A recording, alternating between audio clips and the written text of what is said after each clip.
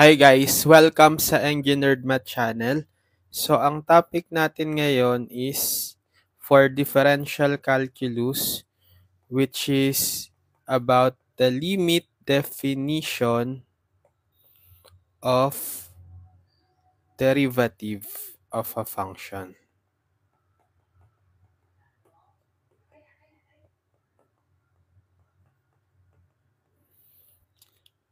So, nakapag-discuss na tayo sa mga previous lessons natin all about limits, di ba? So, mahalaga na panood nyo na yon para meron na kayong idea dito sa didiscuss natin. Yung mga one-sided limits, two-sided limits, limits at infinity, infinite limits. Gagamitin pa rin natin yung concept nila dito. Pero, ang didiscuss natin is ano yung limit definition ng derivative of a function. Okay, so magsisimula na tayo ngayon sa pagkuha ng derivatives ng function, pero hindi muna yung mga formula kasi may mga existing formula tayo, 'di ba? Sa pagkuha ng derivatives ng functions. Ngayon, limit definition muna.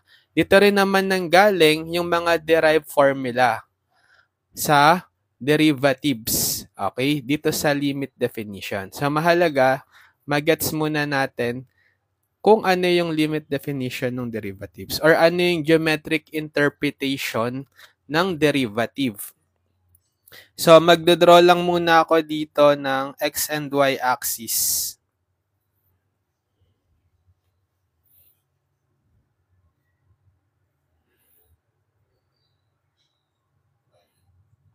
So, y-axis, x-axis, then ito yung origin.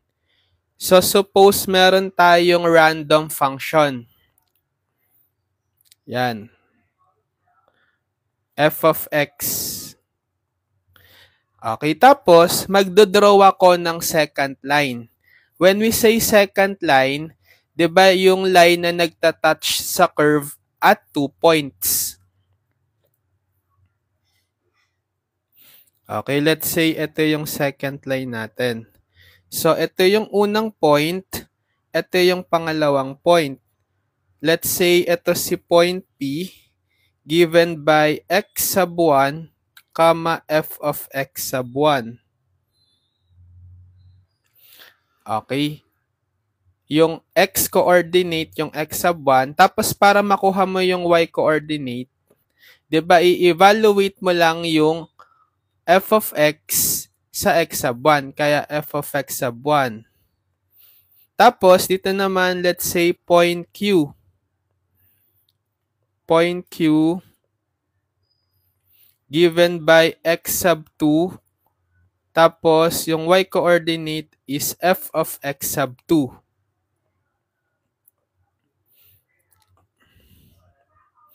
So, kapag kinuha natin yung slope netong ng second line, ano yung slope ng second line? Or ano yung slope ng any line given its 2 point?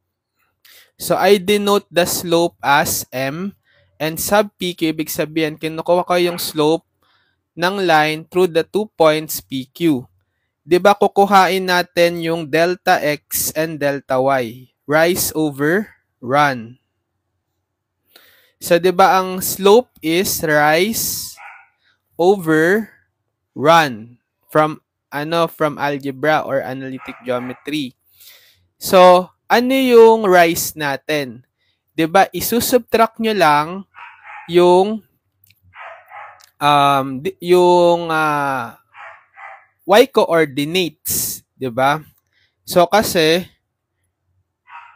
etong point na to, since this is a straight line, it is a horizontal line, tapos ito is 90 degree. Ano yung point na to? So, x sub 1, x sub 2 na siya, sorry. X sub 2, f of x sub 1 pa rin. Etong point na to. Kasi kapag horizontal line, same yung y-coordinate, magkaiba yung x-coordinate. So, kapag kinuha mo yung distance na to, so pareho yung x-coordinate, therefore, isusubtract mo lang yung y-coordinate. F of x sub 2 minus, urong nga natin.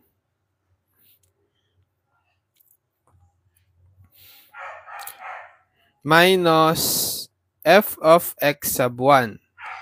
So, ito yung rise. Difference ng y-coordinates. Ano yung run? Ito yung horizontal distance. Difference ng x-coordinates naman, di ba? So, this is x sub 2 minus x sub 1. Or delta y over delta x.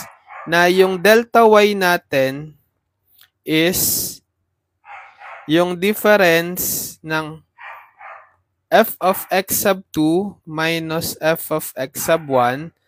Tapos yung delta x natin is the difference x sub 2 minus x sub 1.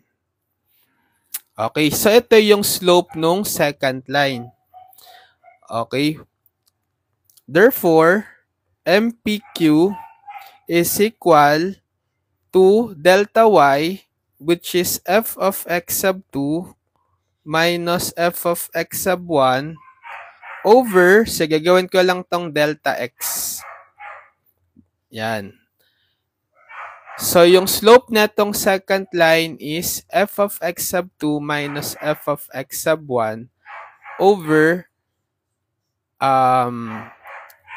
delta x.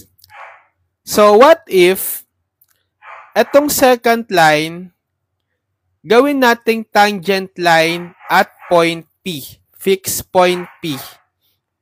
Ibig sabihin, i-move natin tong point Q hanggang maging tangent line na lang siya. So, i-move natin, let's say, mag-move siya pa ganyan, pero fixed pa rin siya sa P hanggang maging tangent line na siya. 'Di ba? Pa-move yung point Q hanggang mag-meet sila ni point P. So kapag ginawa natin 'yon, magiging tangent line siya. Ito na 'yon, tangent line at P. Kasi kapag tangent line, wait lang.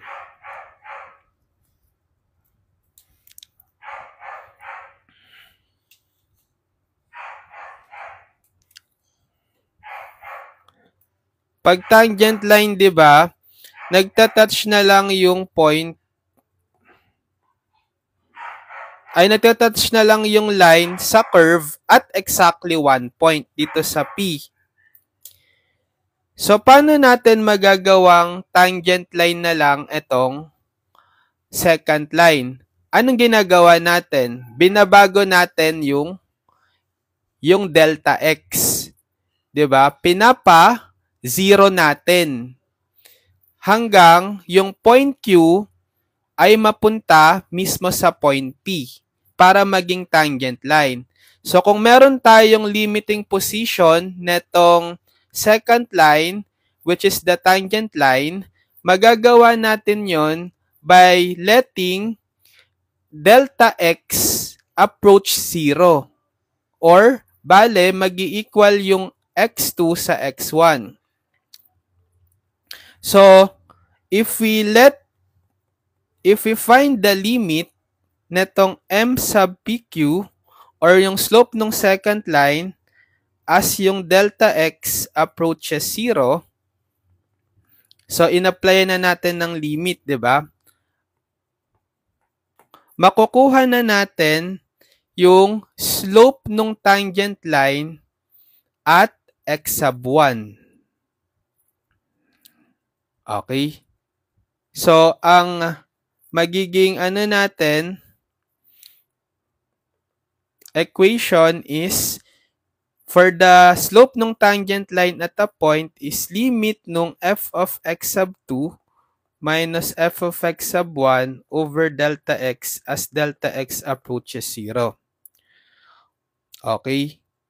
Or, kung itong x sub 2, gagawin nyo siyang in terms of x sub 1, ang gagawin nyo, bale, itatranspose nyo si negative x sub 1 sa kaliwa, bale, x sub 1 plus delta x is equal to x sub 2.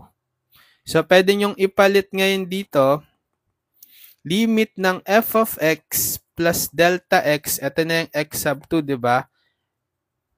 X sub 1 plus delta x minus f of x sub 1 as delta x over delta x as delta x approaches 0. So, itong actually na to is yung derivative ng f of x at x sub 1.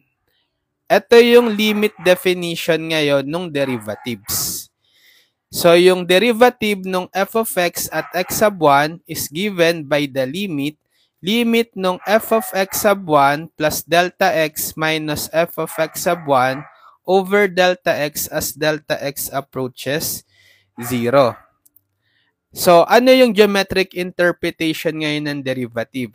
So, the derivative of f of x at a point is the slope of the tangent line at that point. Okay? So, dito rin natin ngayon madiderive yung mga different limit, yung mga different formula sa derivatives. Algebraic, trigonometric, di ba? Dito sa limit definition.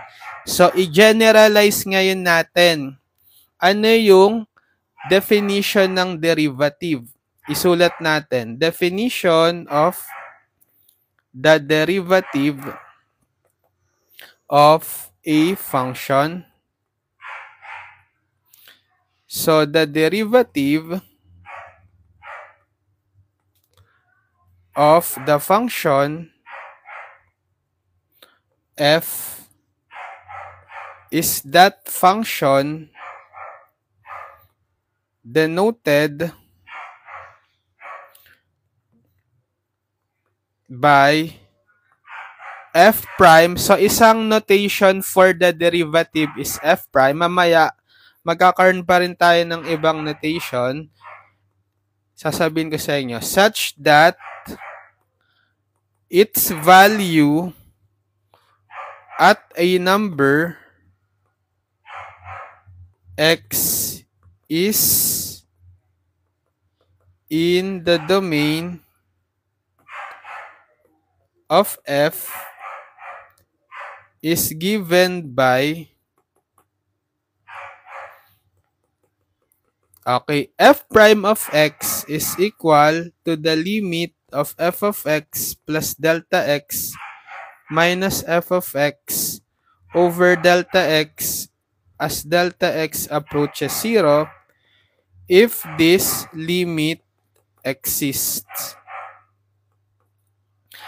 Or, if x sub 1 is a particular number in the domain of f, then f prime of x sub 1 is equal to the limit of x sub 1 plus delta x minus f of x sub 1 over delta x as delta x approaches 0. Again, if this limit exists. So, kapag wala tayong specific point, kasi dito sa illustration natin, di ba meron tayong mga specific point, x1 and x2. Kapag general f prime of x lang, papalitan nyo lang yung x sub 1 ng mismong x. Kasi dito x sub 1 siya. Ibig sabihin may specific point ka. Ini-evaluate talaga natin yung derivative at that point. Or kinukuha talaga natin yung pinaka-value ng slope ng tangent line at that point. So, ang answer natin dito is constant. Pero kapag yung ginamit nating variable dito is x lang, walang sub 1, x sub 1, ang makukuha natin is mismong function which is f prime of x, the derivative na siya. Okay, so ito yung definition natin ng derivative. F prime of x is equal sa limit ng f of x plus delta x minus f of x over delta x as delta x approaches 0. Kung mag-exist yung limit tapos kapag may particular value nga yung x natin na x sub 1, papalitan nyo lang ng x sub 1, yung constant value na yon, etong limit definition. Okay. Ano pa ba? Ano pa ba yung mga other notation? So, yung notation for derivatives,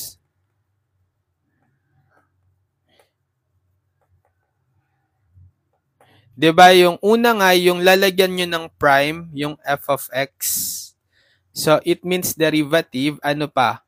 Kapag Leibniz notation, let's say, meron kang y as a function of x, pwede mo siyang dy over dx, gawing dy over dx. Tapos, y prime. Kahit yung y, lagyan mo lang ng prime, ibig sabihin niyan, first derivative. Or, d sub x ng f of x. Ibig sabihin, i-derivative mo yung f of x with respect to x. So, kailangan kapag nagdi-differentiate kayo, alam nyo kung saan with respect kayo nagdi-differentiate. Halimbawa dito, dy over dx, it means the derivative of y with respect to x. Ito rin, kaya meron tayong subscript dito na x.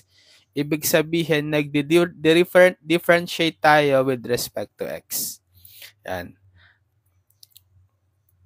So, para ma-illustrate natin, so alam na natin yung limit definition, di ba? Slope of the tangent line of a curve at a point. Yun yung derivative. So, para ma-illustrate natin kung paano maghanap ng derivative using the limit definition, mag-solve tayo ng problems.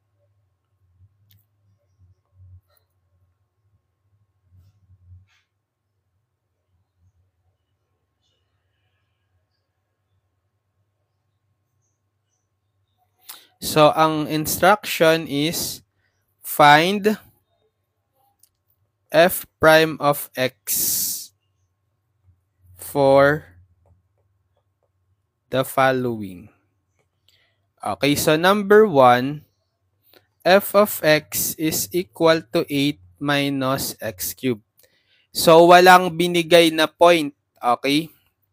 Kapag walang binigay na point, ibig sabihin, f prime of x ang hahanapin natin, function of x siya. Hindi siya specific point or specific value. Unless kapag binigay ka at x is equal to 1. So, gagamitin natin is yung formula. Kapag walang specific value nung x, etong unang formula. Okay? Pero kapag may specific value ng x, etong pangalawa. So, since wala naman tayong binigay na value, dinagdag ko lang naman ito, diba? So, gagamitin natin yung una, yung limit definition, limit ng f of x plus delta x minus f of x over delta x as delta x approaches 0. So, ang gagawin nyo, i-evaluate nyo to, f of x plus delta x, and then minus nyo yung original f of x over delta x, then kuhaan nyo yung limit nun as delta x approaches 0. So, pag ginawa natin yan, bale limit ng, so ito yung f of x, i-evaluate nyo siya sa f of x plus delta x. Papalitan nyo lahat ng x plus delta x. So, 8 minus x plus delta x to the third So, ito yon. Ito pa lang yon. Then, ima-minus nyo yung original f of x. Okay? Ito mismo yung 8 minus x cube. So, lagyan nyo ng parenthesis kasi followed siya by minus yung dalawang terms. Over delta x. Then, limit as delta x approaches 0. So, isi-simplify ngayon natin. Meron tayong cube of a binomial. So, limit ng, ito actually kahit alisin nyo itong bracket, 8 minus expanding the cube of the binomial. Paano ulit mag-expand ng cube ng binomial from your algebra? Diba kung meron kayong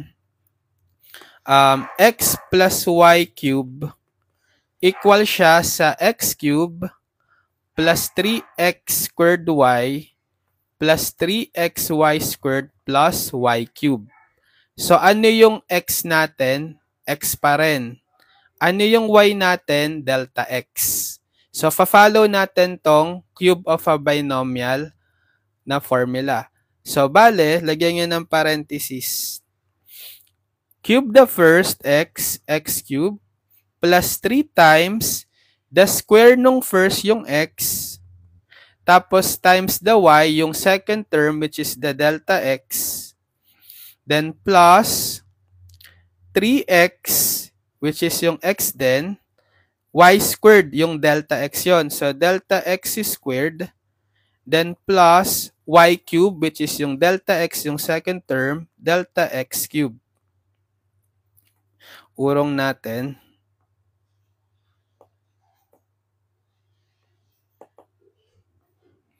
Yan. And then minus, ito, didistribute na natin tong negative sign. So, negative 8, negative of negative x cube, positive x cube, divided by delta x, as delta x approaches 0. So, i-distribute pa natin tong negative, right?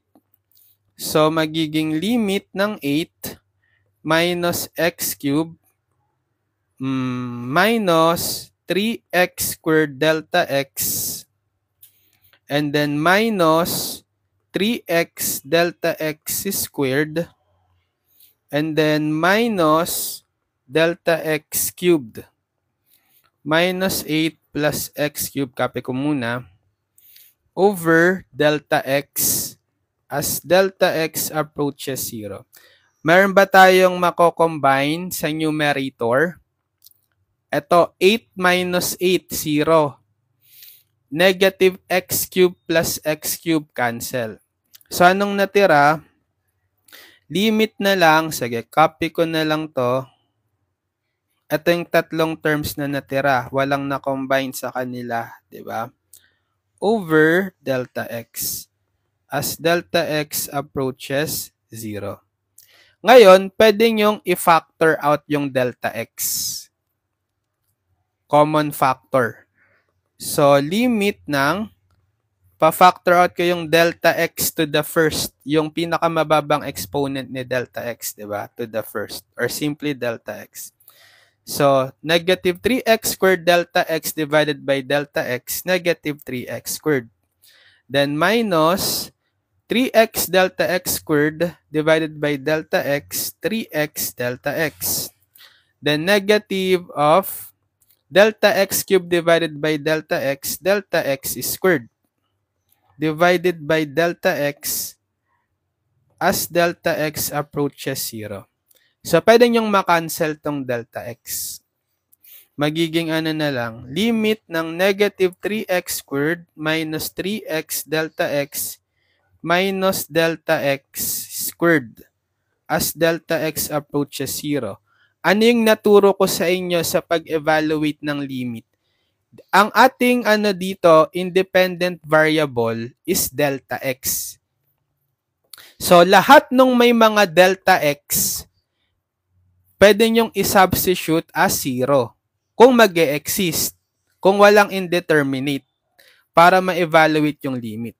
Pwede naman kasi polynomial lang siya. Wala ka namang fraction, di ba? So, pwede mo na lang i-direct sub yung delta x as 0 dito sa expression para ma-evaluate yung limit. So, bale, etong mga walang delta x, parang constant yan. Etong negative 3x squared, considered yan as constant in delta x world. Kasi, ang delta x talaga yung pinaka parang independent variable. So, kakopyahin nyo lang, negative 3x squared minus 3x, tas yung delta x yung papalitan nyo ng 0. Minus delta x ulit, 0 squared. So, yan nalagyan ng parenthesis. So, ang magiging na to, ito, negative 3x times 0, 0. Tas 0 squared, 0 pa rin. Ang matitira na lang is negative 3x squared. So, therefore, ito yung f prime of x. Or derivative nung netong 8 minus x cubed, di ba? Kung kabisado nyo na yung power rule, madali nyo na lang matche-check. Kasi derivative ng 8 constant 0 minus derivative ng x cubed is 3x squared. Kaya tama, negative 3x squared. Pero, pag hindi nyo pa alam, yung derivatives formula, shortcut, yan, pwede kayong mag-limit definition. Tuturo ko pa naman yun eh.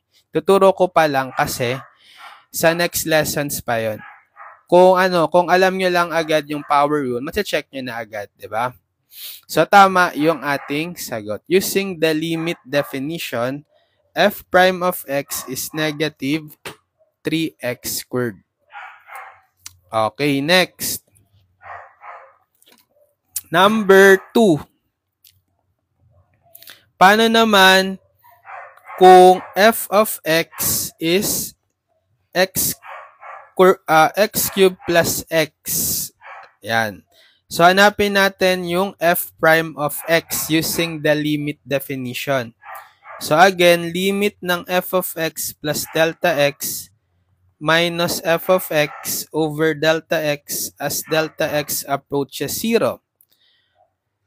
So, i-evaluate muna natin yung f of x at x plus delta x. So, lahat ng mga x, papalitan nyo ng x plus delta x.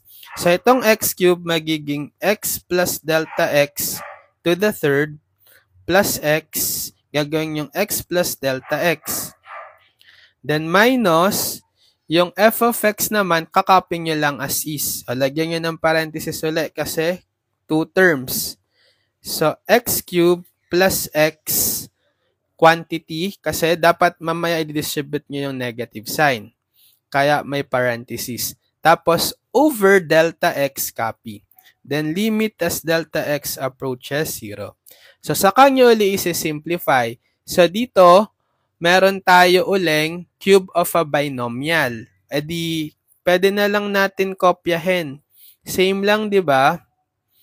Same lang dito. Yung x plus delta x cube, ito na lang. Kopyahin ko na lang. So, same lang kasi. Applying the cube of the binomial. Yan. So, limit ng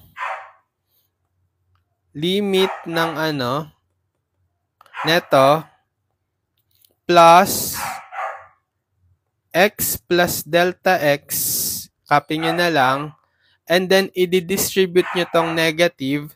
So, negative x cube minus x over delta x as delta x approaches 0.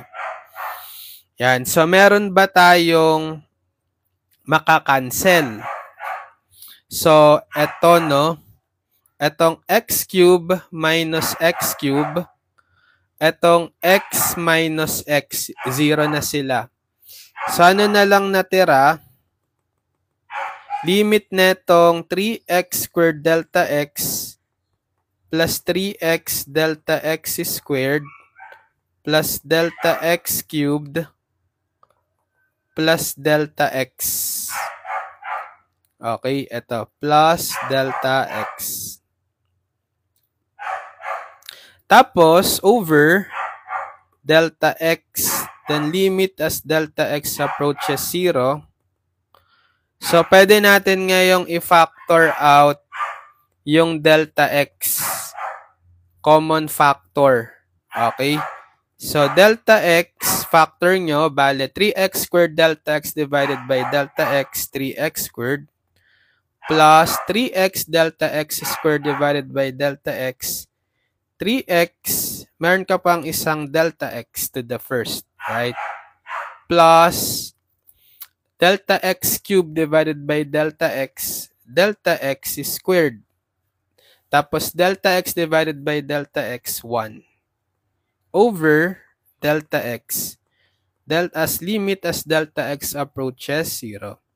E di makakancel nyo tong delta x.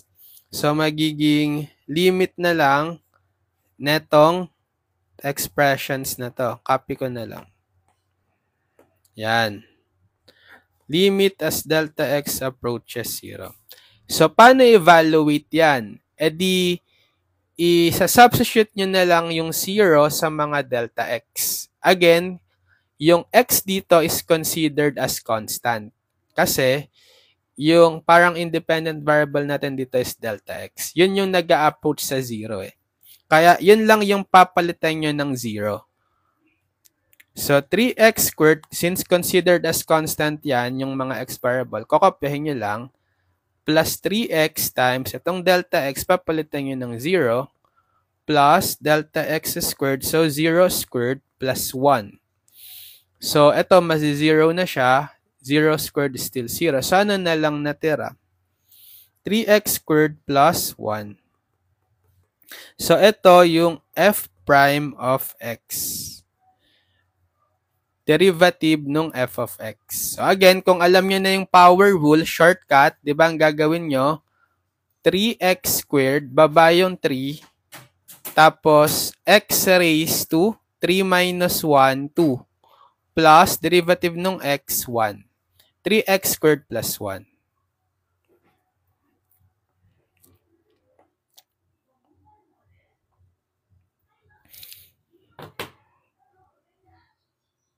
Sige, isa pa. Number 3. F of x is equal to 2x plus 3 over 3x minus 2. Okay, so hanapin natin yung f prime of x.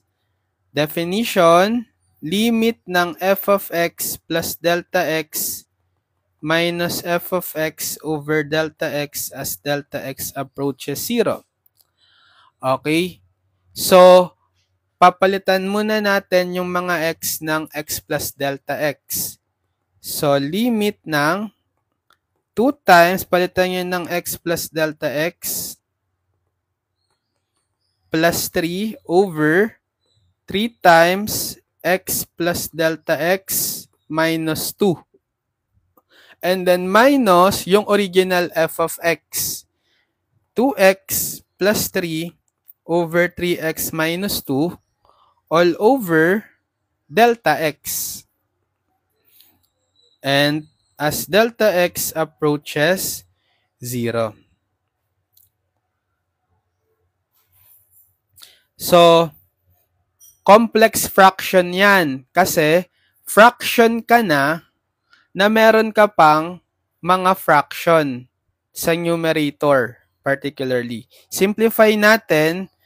Paano mag-simplify ng complex fraction? Pwede nating i-multiply both numerator and denominator by the LCD ng mga involved denominator sa numerator at denominator. Ano yung mga involved denominator? Sa numerator lang naman tayo may involved denominators kasi delta x lang yung baba. Ito, tsaka ito. Anong LCD natin dyan? Yung product lang nila. So, i-multiply ko both numerator and denominator by 3x plus delta x minus 2 times 3x minus 2. Yun yung LCD. So, from algebra lang yan, di ba? Kung nare-recall nyo, paano mag-simplify ng complex fraction. Minus, hindi kasya. Minus 2 times 3x minus 2. Yan. So, kokopya nyo lang din sa denominator. So, same lang, copy sa denominator. Yan. So, kapag binultiply na natin, so i-multiply natin yan, numerator times numerator, i-distribute nyo. Tapos, denominator times denominator. So, magiging limit ng, eto, kapag minultiply nyo to dito, makakancel nyo tong 3 times x plus delta x minus 2. Anong matitira? Itong 2x plus delta x plus 3 times 3x minus 2. Diba? Minus. Ito naman, pag minultiply nyo by the LCD, ano yung makakancel? Makakancel nyo si 3x minus 2. Matitira is 2x plus 3 times ito. Yung 3 times x plus delta x minus 2. Yan. Sa baba, pagtatabihin nyo lang, delta x times ito. So, delta x times 3x plus delta x minus 2 times 3x minus 2. So, hindi ko na yan muna i-distribute. So, ang i-expand natin is yung numerator. Okay? So, dito, pwede kong i-distribute muna to sa bawat term. Ito rin. Etong binomial, i-distribute ko. So, limit ng 2 times x plus delta x times ito, 3x minus 2. Tapos, plus 3 times etong binomial. So, 3 times the quantity 3x minus 2. Okay. And then,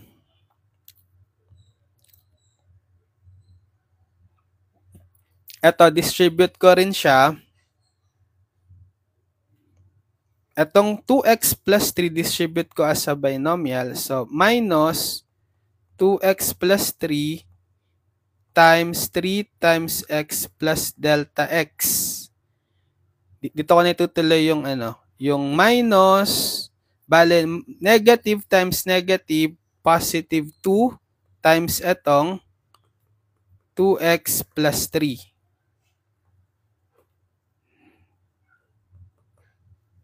Ito yung numerator over the denominator. Sige, copy ko lang. Kasi may makakancel tayo dyan mamaya.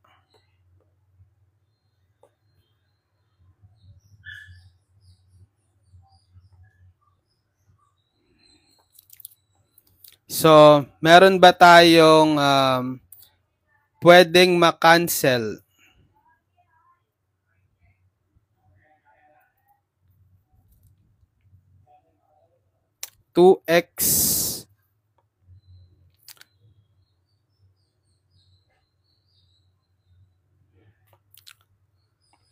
Etong 2x plus delta x,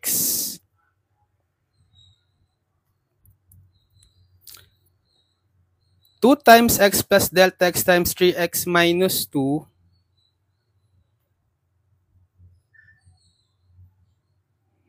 may mako-combine ba tayo sa kanya?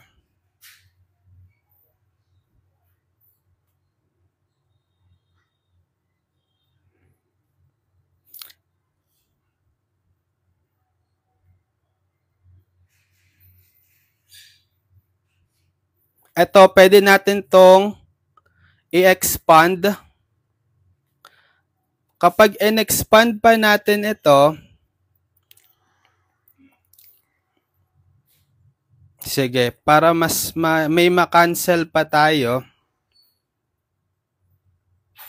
bale 2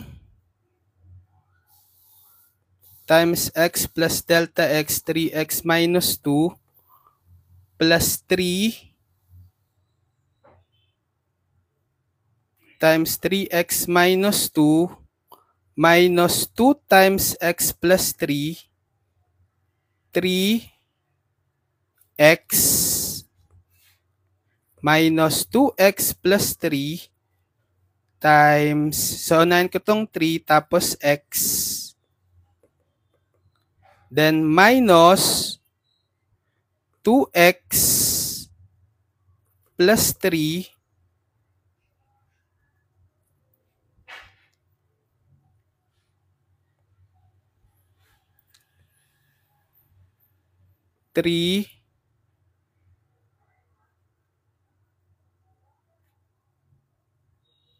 delta x, tama? Then plus 2 times 2x plus 3.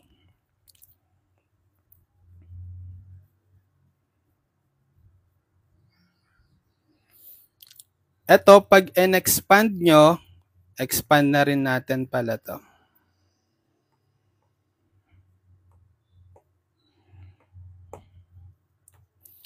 So, 2x, 3x minus 2, plus 2 delta x, 3x minus 2.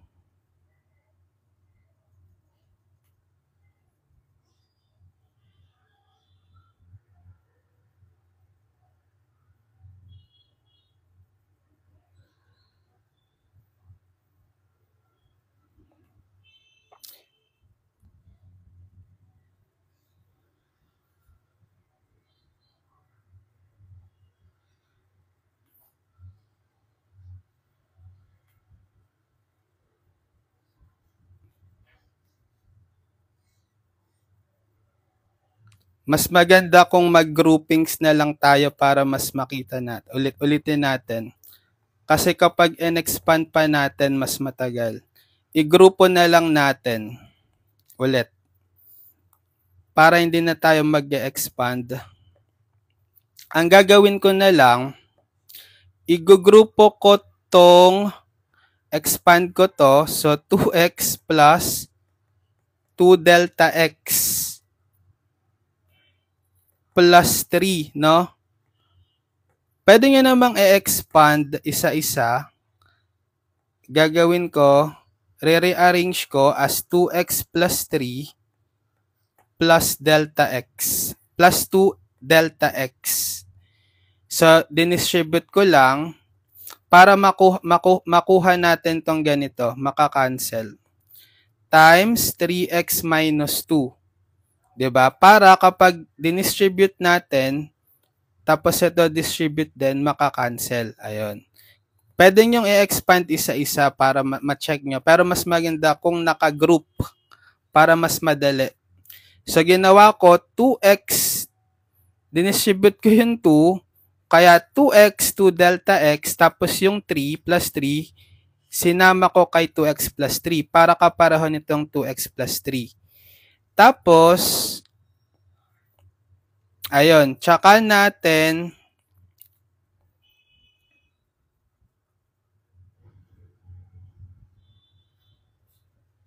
ito naman, i-expand ko rin to or i-distribute ko rin.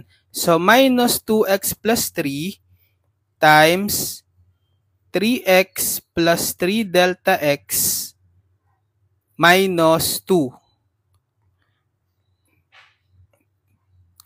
I-distribute ko tong 3x, itong 3 para 3x plus 3 delta x minus 2. Yan. Ito, a-arrange ko siya as 3x minus 2 by commutative property 3x minus 2 plus 3 delta x. Yan.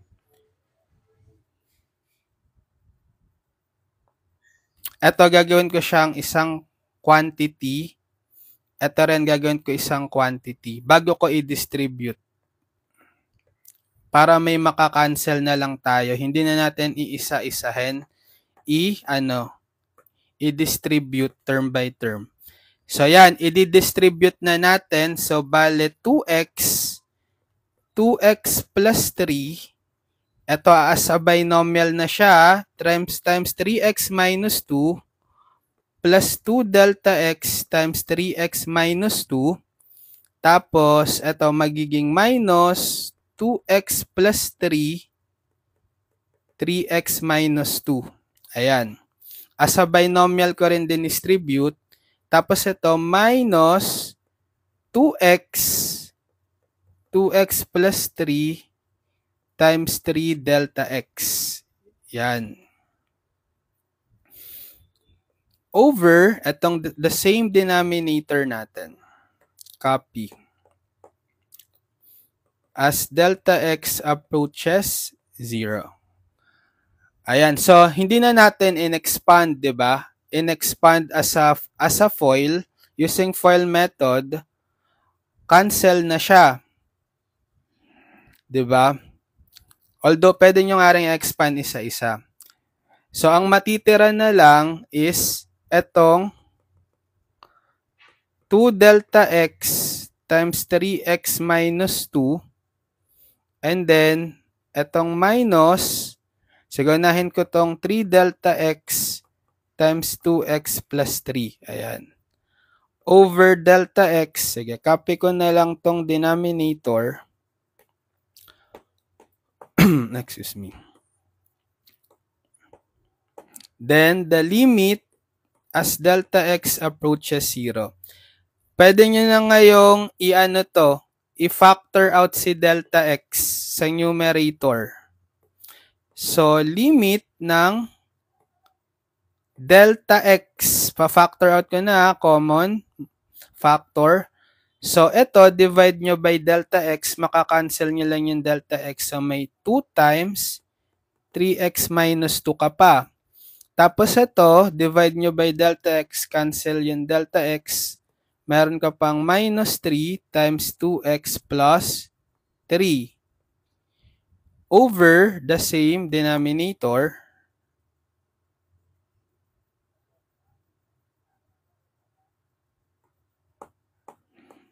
Copy.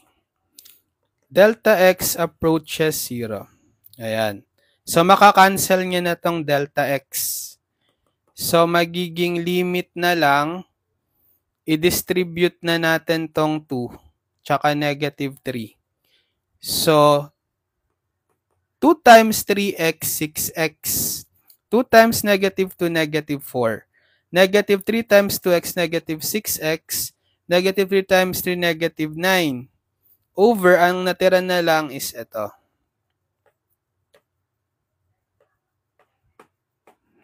Yan. As delta x approaches 0. So, pag sinimplify pa natin yung numerator, cancel yung 6x minus 6x, negative 4 minus 9, negative 13, over the same denominator. Then, delta x approaches 0.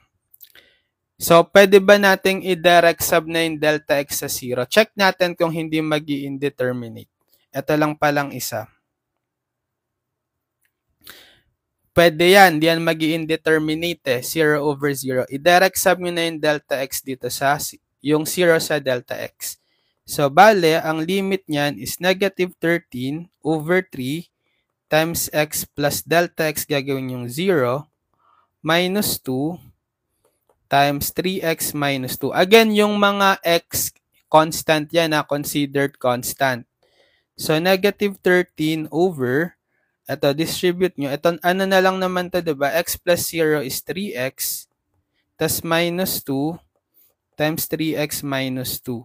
So, pwede nyo tong square. 3x minus 2 times 3x minus 2 is 3x minus 2 quantity squared. Ayan. So, yung value ng limit natin is, yung value ng f prime of x is negative 13 over 3x minus 2 squared.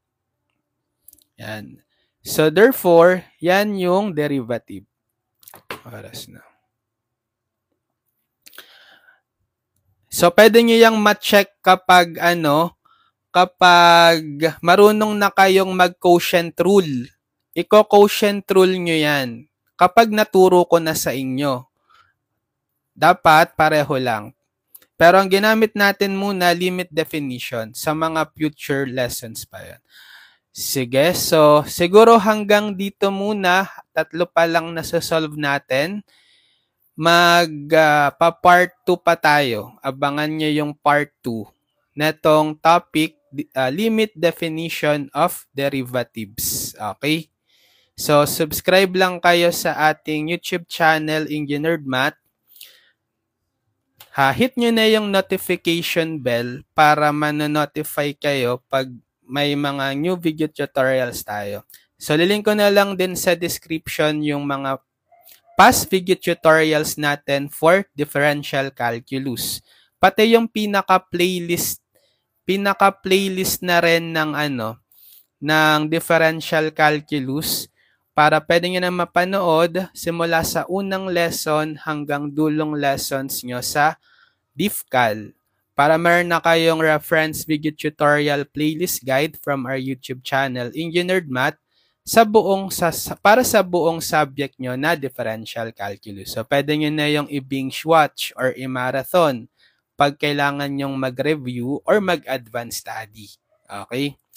So, sige. So, sana good luck sa inyo sa differential calculus subject nyo. Sana mapasa nyo siya. Kayang-kaya nyo naman yan. Basta mag-practice lang kayong mag-solve ng problems. Parang yung ginagawa natin. And nood lang kayo lagi ng video tutorials ko sa YouTube. Engineered Math YouTube channel. Gawin yung guide yung playlist ko sa differential calculus. Papasa na kayo niyan.